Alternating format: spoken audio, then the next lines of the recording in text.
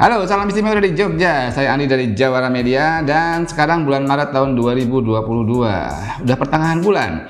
Dan di video kali ini kita akan ngebahas tentang harga VGA Card yang turun. Ya, harga VGA Card cukup turun drastis kalau kita bandingkan dengan awal tahun kemarin. Sebenarnya gejala turunnya sudah kerasa dari awal-awal bulan Februari kemarin ya. Cuman kalau kita bandingkan harga sekarang dengan harga awal tahun kemarin, awal Januari 2022, itu kelihatannya agak signifikan turunnya, lumayan banyak turunnya. Ya mungkin buat teman-teman yang ingin beli VGA Card atau ingin upgrade VGA Card, informasi di video ini moga-moga bisa berguna buat kalian. Ya, sebagai ilustrasi aja ya, mungkin di awal tahun kemarin, awal-awal Januari 2022, kalau kita cari VGA Card dengan harga 5-10 juta tuh susah banget, hampir nggak ada alternatif yang menarik. Karena VGA Card favorit pada waktu itu seperti dari Nvidia GTX 1660 Super, RTX 2060, RTX 3060, semuanya ada di harga di atas 10 juta. Dari AMD sendiri kayak 6600 XT itu juga di atas 10 juta. Tapi sekarang pertengahan Maret 2022 di range harga tersebut banyak alternatif yang bisa kalian pilih. Selain ada SKU baru juga dari Nvidia, dari RTX 3050, VGA Card yang kemarin ada mainstream yang ada di atas 10 juta sekarang sudah turun semua di bawah 10 juta.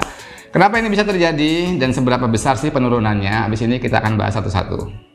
Kalau ditanya kenapa Om harga VGA Card bisa turun, apa sebabnya? Ini menurut saya ya, analisa sederhana saya ya, yang sehari-hari juga jualan komponen dan rakitan PC. Jadi sedikit banyak harusnya sedikit bisa ngerasain deh kondisi market seperti apa. Gitu katanya. Ya, menurut saya, pertama, ini ada hubungannya dengan dunia cryptocurrency ya, para miner. Menurut saya demand dari para miner itu turun cukup signifikan. Permintaan VGA Card dari para miner ini turun banyak dibandingkan akhir tahun atau awal tahun kan masih lumayan banyak, tapi sekarang turunnya lumayan banyak. Kenapa? Menurut saya mereka itu nahan beli VGA Card, para miner itu untuk nambah armada mereka, atau para miner baru itu masih mikir-mikir terus untuk memutuskan membuat mining rig karena memang harga kripto itu sedang turun ya, dari awal tahun sampai sekarang itu cenderung landai dan cenderung turun. Beda banget jauh, harga kripto itu secara umum jauh lebih rendah dibandingkan pertengahan tahun sampai akhir tahun kemarin. Jadi secara perhitungan mereka kan tetap nyari profit nih. Secara hitungan bisnis mereka, investasi untuk buat beli VGA atau buat mining rig itu ROI-nya, return of investment-nya itu kalau di awal diprediksi bisa misalkan 12 bulan, sekarang itu bisa jauh lebih lama, bahkan sampai 2 kali lipat, 2 kali lebih lama dibandingkan prediksi di awal yang mereka perhitungkan. Jadi mereka nahan untuk nambah VGA Card, juga para miner baru jadi ngitung-ngitung lagi nih, berani nggak ya buat mining rig? Itu karena secara harga, secara umum Bitcoin, Ethereum, dan teman-teman lainnya itu turun dari awal tahun sampai sekarang cukup landai dan cenderung turun. Yang kedua, masalah dari dunia kripto adalah difficulty. Banyak para miner baru yang tidak memperhitungkan masalah difficulty. Apa itu difficulty? Tingkat kesulitan dalam menambang. Semakin banyak yang nambang, semakin susah kita mendapatkan reward, dapat profit, karena profit yang ada dibagi semakin banyak orang. Jadi misalkan sehari kita dapat 1 koin di pertengahan tahun kemarin, sekarang mungkin tinggal setengah koin. Jadi secara perhitungan profit juga turun. Misalkan kemarin ini hanya ada 1.000 penambang. Mungkin dalam waktu 6 bulan terakhir ini sudah nambah 2.000 penambang, di total 3.000 penambang. Jadi tingkat difficulty-nya juga semakin tinggi. Dan yang terakhir dari dunia kripto adalah masalah isu Ethereum 2.0 atau Ethereum 2.0 yang akan diluncurkan bulan Juni tahun 2022 ini rumornya. Ketika Ethereum 2.0 diluncurkan, koin ETH atau Ethereum itu tidak akan bisa ditambang lagi. Sedangkan secara umum para miner sekarang ini masih mengakui bahwa Ethereum adalah koin yang paling profit dan paling stabil untuk ditambang. Sampai saat ini belum ada koin yang bisa menggantikan ETH secara profitabilitas, secara community yang sangat besar, dan secara kestabilan. Jadi mereka juga masih memperhitungkan apakah layak atau tidak untuk membuat mining rig baru atau menambah VGA Card lagi. Oke, yang pertama dari dunia kripto ya, dari para miner. Yang kedua ini juga masih ada hubungannya dengan dunia kripto. Jadi ketika para miner ini turun demand-nya, permintaan VGA Card-nya, jadi VGA Card ini kembali ke market aslinya, yaitu para gamers dan mungkin konten kreator ya. Dan ini mengacu pada hukum dasar VGA Card. Performance-nya itu berhubungan dengan harga. Semakin tinggi grafik performance-nya, semakin tinggi pula harganya. Nah, di sini beberapa VGA Card yang kemarin jadi mahal banget itu bukan karena performance grafiknya, tapi karena hash rate-nya, karena demand-nya itu kebanyakan dari para miner. Nah, ketika para miner sudah mengerem untuk beli VGA Card yang harganya naik ugal-ugalan gara-gara hash rate-nya tinggi doang, itu pelan-pelan balik lagi ke menuju ke harga normal. Contohnya GTX 1660 Super. Di awal tahun masih dijual di atas 10 juta ya. Sekarang tuh bisa didapatkan di angka sekitar 7 jutaan aja. Turunnya sekitar 20-25%. Kenapa? Ya, karena secara hash rate itu tinggi, makanya dia bisa harganya bisa tinggi banget ketika para miner mencari VGA Card untuk mining. Tapi ketika para miner sudah ngerem, mereka balik ke market aslinya, para gamers dan para content creator. Secara kemampuan grafik memang tidak setinggi itu, dia masih di bawahnya RTX series ya. Jadi pelan-pelan dia harus ikut ke rule awal, yaitu price performance. Semakin tinggi performance grafiknya, harganya semakin mahal. Ketika performance grafiknya biasa-biasa aja ya, dia nggak bisa dijual mahal lagi sekarang. Kira-kira sederhananya seperti itu. Yang ketiga, di beberapa segmen ada special case karena VGA Card turun karena ada pendatang baru. Contohnya di entry level ya. Jadi kita ngomong kayak kasusnya RX 6500 XT yang diluncurkan AMD Januari kemarin. Diluncurkan dengan harga sekitar 4 juta rupiah, dan waktu itu ada GTX 1050 Ti yang harganya sekitar 3,8 sampai 3,9 juta.